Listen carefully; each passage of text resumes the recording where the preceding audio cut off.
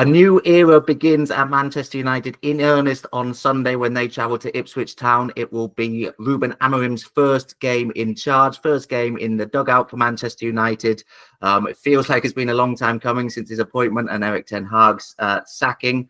Lots to talk through. I'm delighted to say we're with Sportsman football editor Matt Law to talk through what we can expect, what does success look like for Amorim at Manchester United. Obviously lots of question marks over his system and how that fits in with Manchester United, which we'll touch upon as well. But first off, Matt, as well as being football editor, you are a long-suffering Manchester United fan. You've been put through the mill by the club since Fergie's departure. Are you excited? Are you excited by this development? Do you think he's the right man for the job? You see the good times returning at United? Yeah, I hope so. You're always full of hope, aren't you, with new managers? But I just think this time's a little bit different. I think it feels different. I think looking at interviews with him and even stuff like training clips, I know it's sort of minor stuff, but just having that presence on the training ground. And I think one of the criticisms levelled at Erik ten Hag was he maybe didn't have that charisma and sort of personality to be the Manchester United boss. I'm not saying whether that's true or false. I think there's arguments for and against. But even early on, I think Amorim coming in, you look at him on the touchline for Sporting, even in the last game when they played Braga and they came back from 2-0 down to win 4-2, that personality, that sort of presence is definitely there. And you're hopeful that this is going to be the right appointment. Obviously, there's been a lot through the years and there's been a lot of great managers that simply haven't been able to turn around the club's fortunes. But this time it feels a bit different, obviously straight into it. I know it's been a long time, like you said, it was announced and then they had to wait, and then there's been visa issues. There's still a visa issue with one of the coaches, but just the fresh coaching staff, they're all young, aren't they? I think it's assistant managers, sort of late 20s. So it's going to be interesting to see that dynamic, how that sort of all fits into place. But yeah, we're very hopeful that this could be the right one. So you say it feels a bit different. From an outside point of view, it feels to me now we've got to the stage with United managers where it does feel a bit like Groundhog Day. You feel like things can't get much worse under the previous manager. You appoint a new manager, there's a bit of an upturn, and then you're back exactly where you were less than 3 years later. So for me, this appointment feels... You've had a few different attempts and a few different sort of profiles of manager. You've had David Moyes, who succeeded, on a relative term at Everton. You had proven winners like Jose Mourinho, Louis van Gaal. This one feels a bit more like, I know there's lots, I'm just talking profile here in terms of, not in terms of playing style, but a bit more like the Ten Hag model in terms of you're getting a guy who's had great success, deservedly regarded as one of Europe's young up-and-coming managers, most promising up-and-coming managers. So again, what do you think he's going to do differently to Ten Hag to prevent him being in the same position as Ten Hag? I think there's going to be a huge change. I think it's going to be quite noticeable as well with the formation. I know lots been spoke about that. I think, interestingly, during his first interview with MUTV, he sort of dodged the question, didn't he, in terms of, he didn't say we're going to be playing 3-4-3. He said you'll see an idea against Ipswich. You'll see sort of something that suggests that it's going to be different and suggests that it will be the formation that's obviously brought him so much success. He's familiar with it. And I think the players are there at Manchester United to play 3-4-3. I know, obviously, with Lenny Yoro coming back, not quite sure if he'll make this weekend. It's a big ask, but he's obviously back in full training. Luke Shaw's back now. Obviously, Tiro Malacia played the under 21s, didn't he, against Huddersfield, 45 minutes. So the left side is looking better. Obviously, on the right, you've got Mazraoui and Dalot to play the right-sided wing-back role. So I think there's going to be an obvious change, whereas when Erik ten Hag came in, one of the main criticisms, wasn't he, that there was no playing style. It was games that Manchester United won was individual talent, because they have got a lot of it. And it was moments in games. Probably arguably only Louis van Gaal is the only manager really where we've seen a big change post-Ferguson in terms of what he tried to do. You knew what he was trying to do.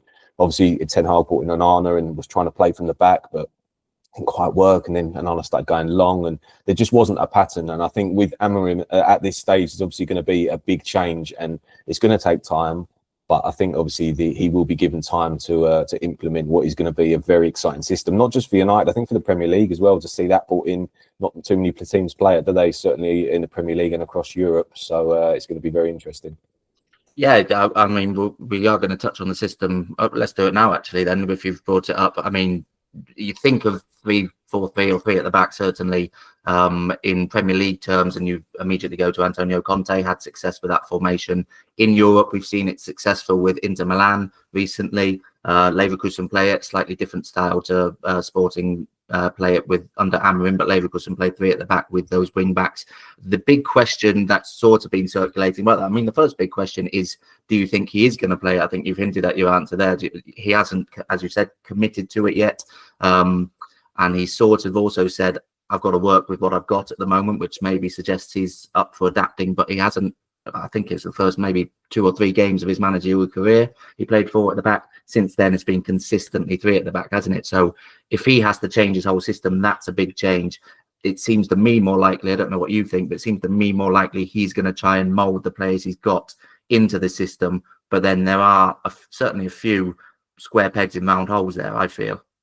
Yeah, so like you say, it's going to be very interesting. The most interesting part of that formation for me, looking on a wider scale, is how the number 10s play, if you want to call them number 10s or wide players. How wide do they go? Do they always come inside? I know it's going to be flexible, but in terms of Manchester United, you're looking at, obviously, Højlund probably will be the starting striker. I know there's been talk of it might play Rashford through the middle at stages, but then you're looking at Rashford, Garnacho, Fernandes is going to have to play in one of those forward positions.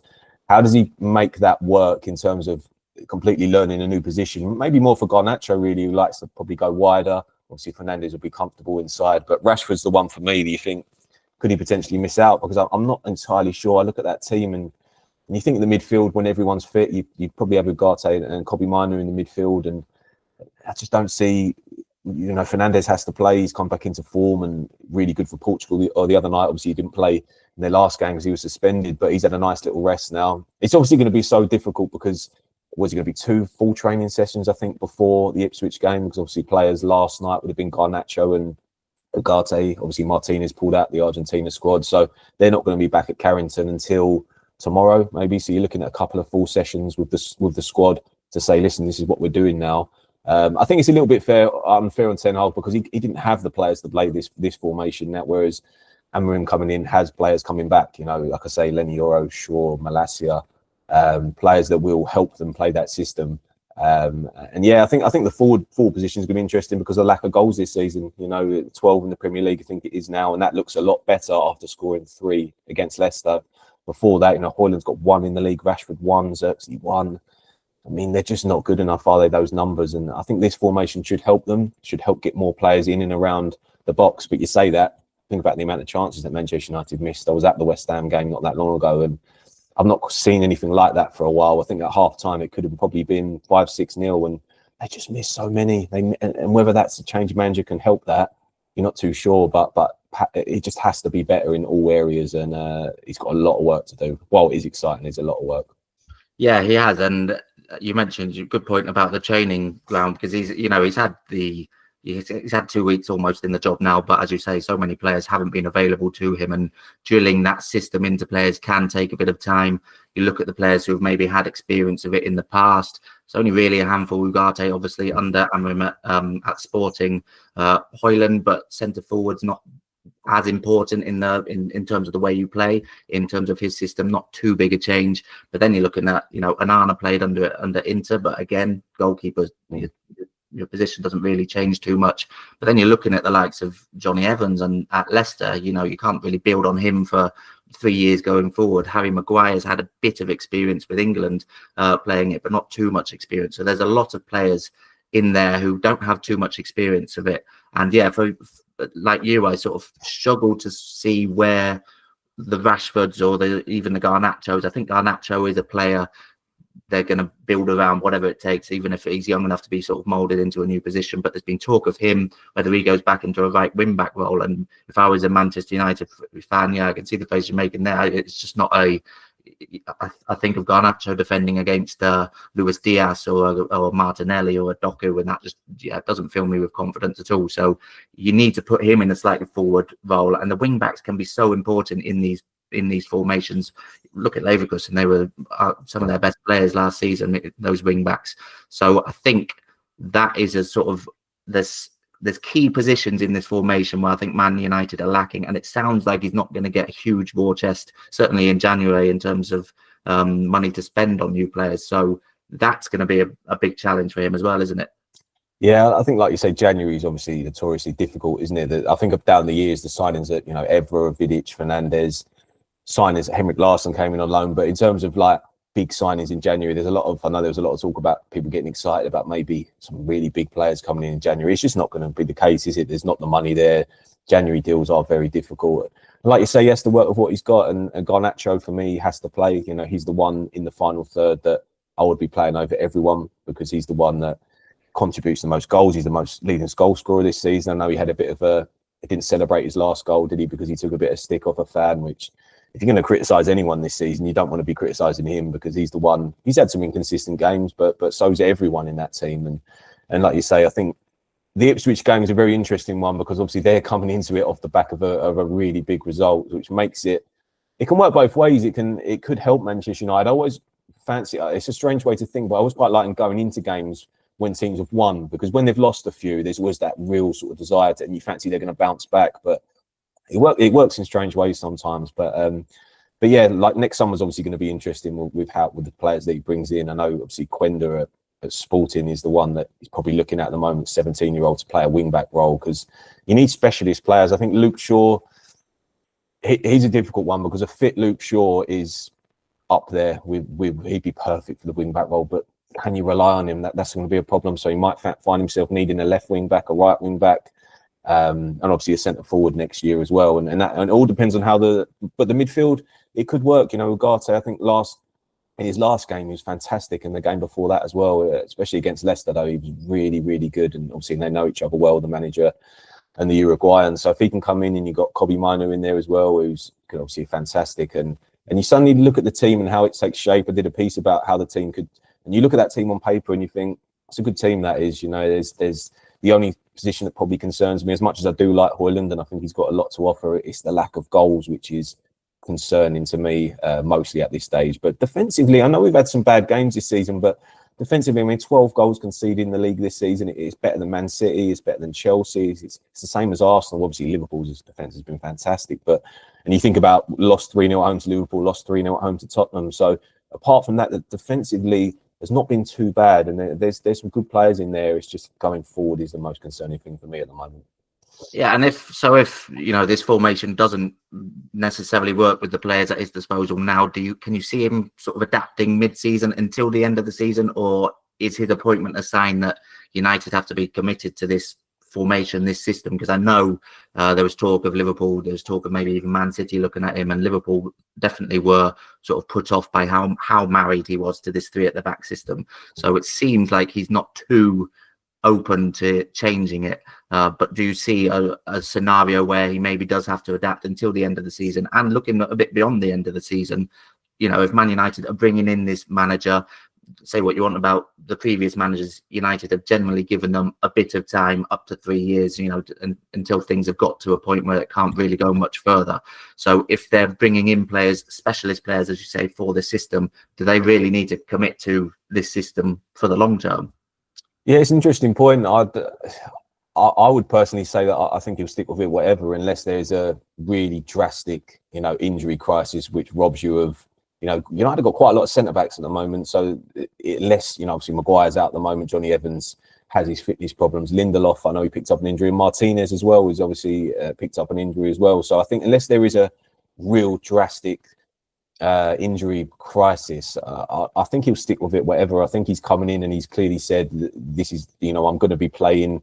He hasn't said I'm going to be playing my way, but you see that personality in him. He's got a lot of confidence. He's had a lot of success, and I just don't see him changing it really. I think obviously if things go drastically wrong and United start losing 3, 4, 5 games on the bounce, then he's obviously going to have to revisit it. But at this moment, and you fancy, I think the games coming up are interesting as well for United, because they've got Ipswich and Everton in their next 2 league games, obviously with a Europa League game in there as well, and they're winnable games. So if you can get a couple, 2-3 wins under your belt, and then you're going into the Arsenal game early December, which would be a fascinating one. And I think the Ipswich one's a good one for him, because while Ipswich did have a good win, like I said last time out there, they're probably a side that you can play against. And I think if Amorim will fancy that he's got the players to cause them damage, and if he gets off to a good start, everyone will be flying, and the new system, everyone will be saying it's the best thing since sliced bread. So.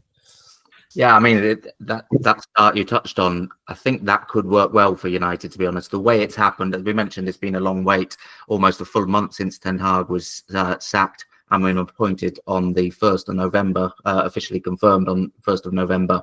So it's going to be more than 3 weeks between then and him taking charge of his first game.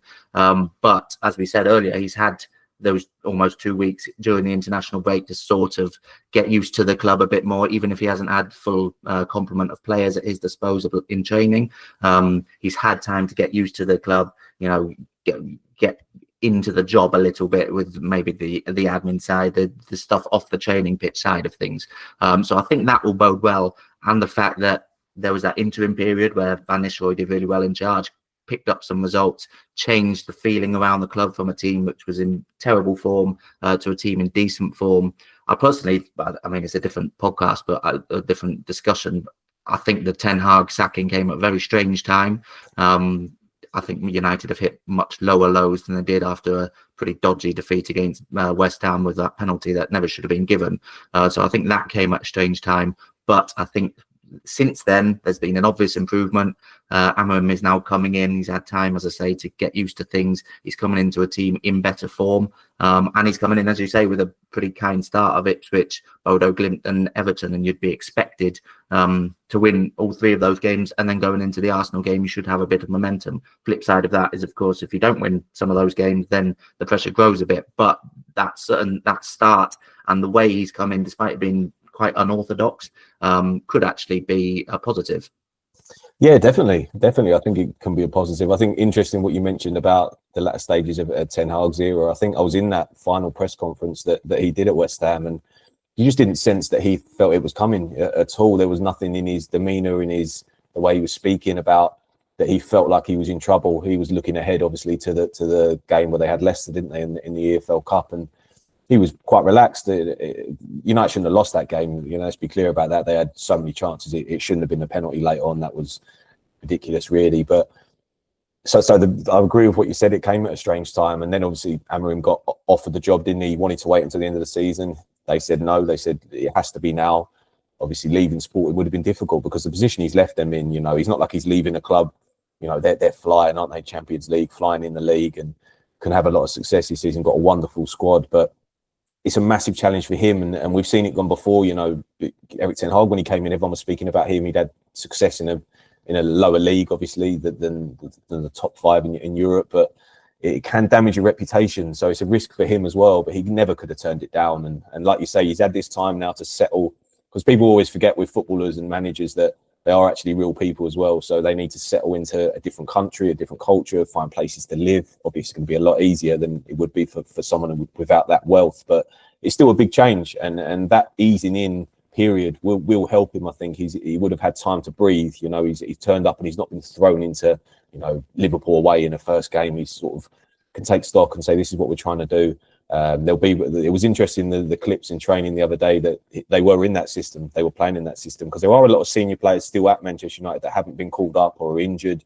Obviously, a lot of youngsters as well. And just to touch on that point, I think there's United under 18s have got a fantastic team with a lot of good players in there, a lot of good 16-year-olds, a lot of good 17-year-olds. And I think he's going to do system and thinking, I can build something here. If I can bring 2 or 3 of these through over the next 3 years, and maybe he can be the manager for the next 3-5 years and make United a really good team again, with young talent and exciting, and stop spending money on players that are past it.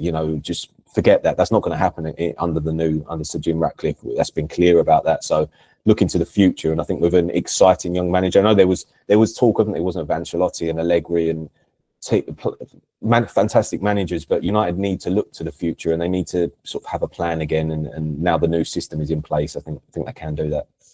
Yeah, if he brings youngsters through, then that's going to appeal to the fans as well, isn't it? That's the sort of DNA of Manchester United, going back to the Busby Babes and class of '92 being the two standout examples. So yeah, that if he can do that, then absolutely that would be a double win really for him if they can come through and be successful. Okay, so well, that's maybe a sort of long-term priority for him, but let's talk priorities. What is his short-term priority, his short-term in trade, the immediate things he needs to sort, and then sort of medium and longer term, what are the things he needs to change and do best in order to succeed at United? I think the touching it earlier, the immediate thing for me I'll be looking at is the playing style. Just create an agenda, just make teams know what you're trying to do. Even fans, no one's expecting Manchester United fans are not expecting to win every week. That's not been the case since. I mean, there was a time when that was the case under Ferguson, where you had to win, you had to be every week. No one's saying that now. There just has to be an idea. This is what we're trying to do. This is how we're playing, and we'll continue to do that. And that's been lacking and I say Louis van Gaal did it, in fairness. I remember when they played Liverpool away under Van Gaal, and it's the best I've seen him ever play at Anfield. I'm sure you would have enjoyed that one. But it's just finding a way to play that is related, like you say, with obviously long-term ambitions will be next summer. We'll be bringing in a centre forward. As much as I do like Højlund, there has to be a starting centre forward, and their priority for next summer, obviously probably another midfielder in the wing-back situation we've touched on. But for now, just make United a team that the fans like again. Make them be excited at turning up and watching them play. I actually went to Old Trafford for the Brentford game as well earlier this season, and it was just Old Trafford's it's just not quite there at the moment. The fans, in fairness, they will back managers and they will back their players, but the excitement at the moment's been sucked out of the club, and that's been the case for a really long time. There's just not that hope for the future, and can they? No one's talking about challenging for titles at this stage, but it's got to get United into. I personally think that the top four is not beyond Manchester United this season, purely because of the way the league has opened up. I mean, what we're 4 points off Chelsea at this stage, which to say that in isolation is actually mind-boggling. If you hadn't been keeping an eye on the league table and you were just looking at results, and then someone said to you, they're 4 points off third, it would remarkable. It's unbelievable, really. Obviously, Liverpool are pulling clear at the top, but everyone else, that gap, the teams above you, talking about the teams that are going to be battling for the top four, Liverpool, Man City will be in the top four.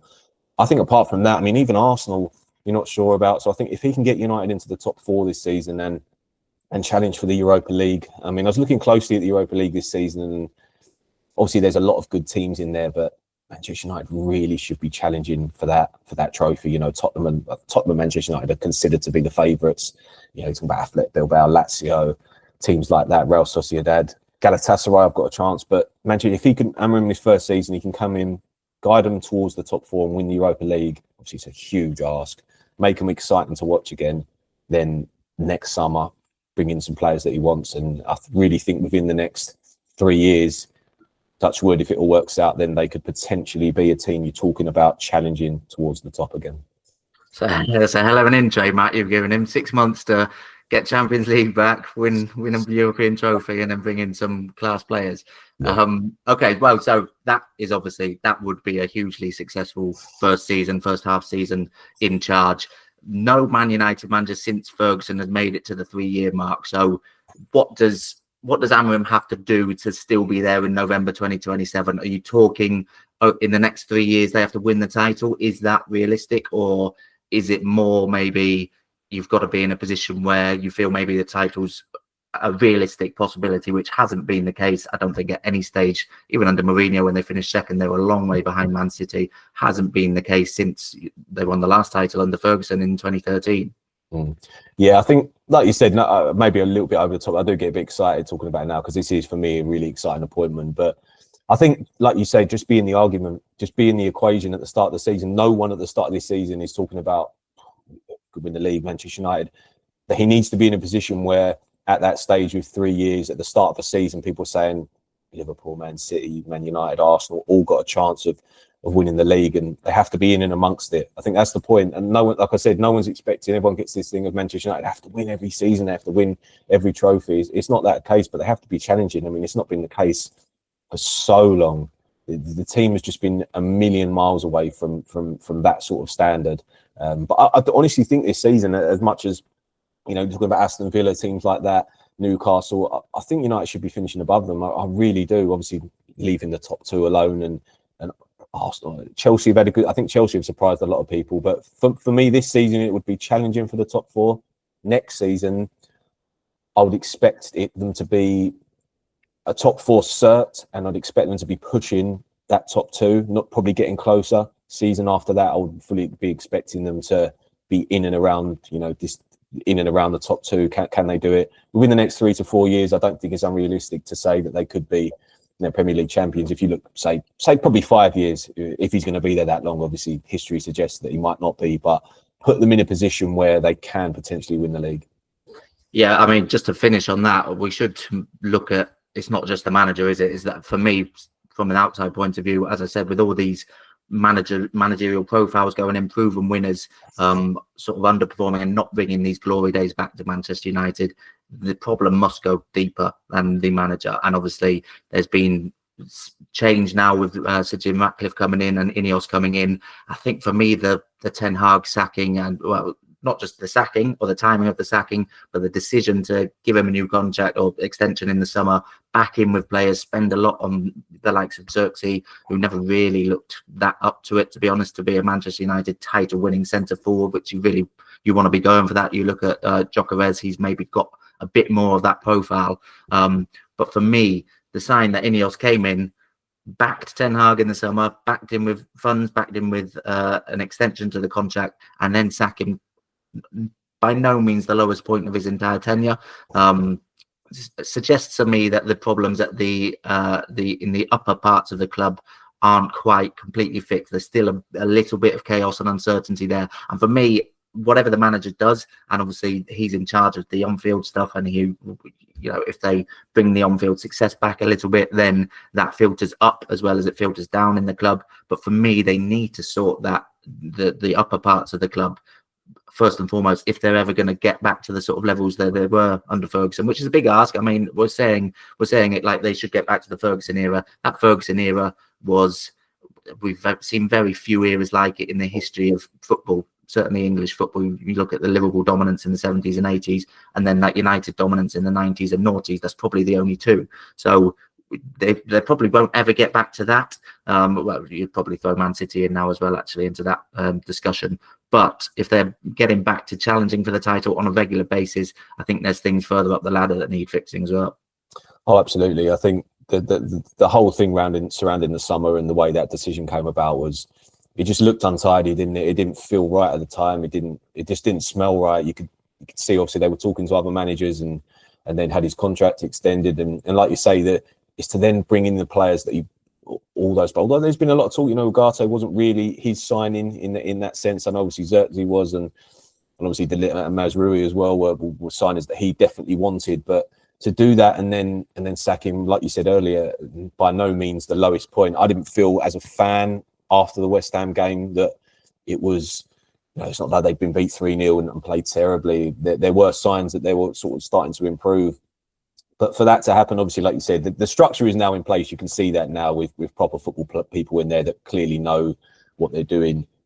Jason Wilcox obviously has got a massive role, slightly obviously lower down than Dan Ashworth and everything. But you can tell that there is now a proper system in place.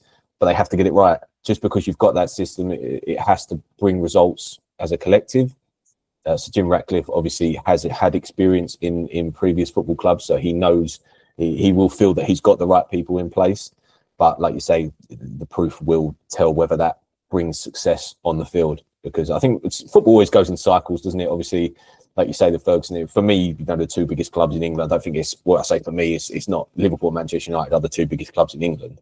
That's certain. And Liverpool, even with their struggles, were always going to get back to the top. And Manchester United will always get back. They will be there again. That's a fact. They won't fall away. They're too big a club not to be. So I think obviously Man City, they're having their problems at the moment. Obviously Chelsea and Arsenal are still going to be in and amongst it. But I really think the Premier League's in a good place at the moment. It's going to be an exciting second half of the season. Obviously the new manager coming in now, a lot of rival fans will be hoping that he fails, because that's just the way football works. But the Ipswich game is going to be the start of a new era at the club, and let's hope that it brings a lot of success.